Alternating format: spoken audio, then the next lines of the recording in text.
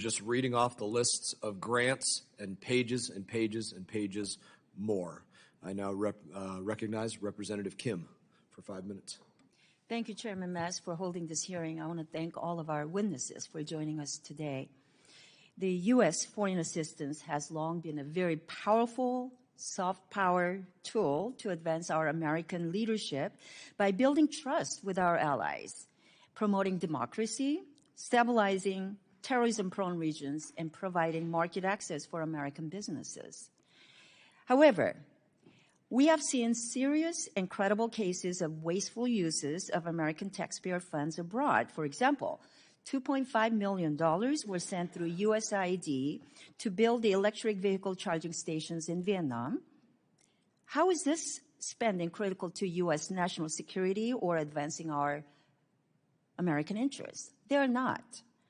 Unfortunately, these cases of unproductive spending abroad undermine the many targeted, valuable, and effective foreign assistance programs that are essential to our national security. Mr. Yoho, as you know very well, the strategic competition with China and its Belt and Road Initiative is a top priority for the East Asia and the Pacific subcommittee that you once chaired and I now currently chair. Xi Jinping is watching and he's waiting for the chance to fill any U.S. vacuum. And already there have been many reports of Chinese Communist Party officials signaling their willingness to replace USAID in Nepal and demining activities in Cambodia. And these are just the instances that we know about. Even critics of USAID acknowledge the critical soft power value of targeted and efficient programming. So let me ask you, if USAID is fully merged into the State Department, what specific authorities will the State Department's Bureau of East Asia and the Pacific need to effectively implement USAID programs to directly counter CCP's influence in the region, such as training journalists to expose illegal CCP information tactics or strengthening critical infrastructures there? I think the important thing they can do is get it back online as quick as they can and put people, authorize them to get back into the field, the implementers. The State Department can do that, but I don't know if they have the bandwidth or if they have the expertise and the capability.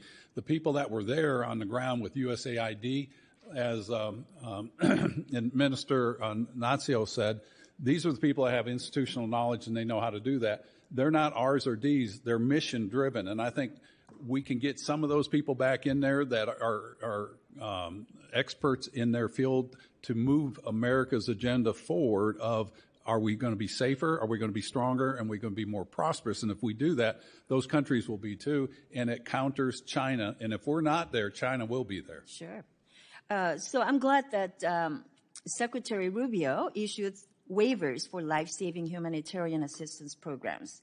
However, I'm also hearing many concerns regarding the lack of clarity on those scope of the waivers and challenges with getting paused programs restarted. It's hard to restart them if we completely turn the lights off, right? So what recommendations do you have for the administration to ensure an effective waiver process? Again, moving forward, I think the quickest thing they can do and the most effective thing is identify the program that you want to do. And then put the people in there that know how to implement that. That could be at state. There's people at USAID, and I know there's this big black eye on USAID, but I think we need to look at what they did do good. You know, it's like a cake recipe. One drop of kerosene in a cake batter ruins the whole thing. So what happened and what's been exposed doesn't mean the whole thing was bad.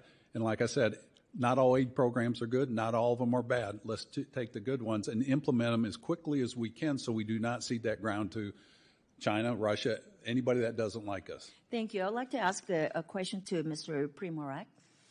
What specific reforms can be implemented so that current adult audit and review processes ensure programming aligns with our U.S.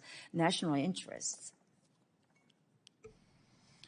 I think transparency is probably the most important. We have various websites where we're supposed to provide information to the American public as to what we're doing in all these different countries, whether it's grants.gov or foreignassistance.gov, but it's not consolidated. And too often, actually probably most of the time, we don't have information as to who are the awardees, who are the sub-awardees.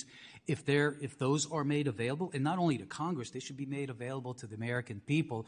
I think by having this kind of transparency, that a lot of these bad things happening, people will be a little bit more careful because, lots of people are watching. I appreciate that. Thank you very much. My time's up. Thank you, Representative Kim. Chair now recognizes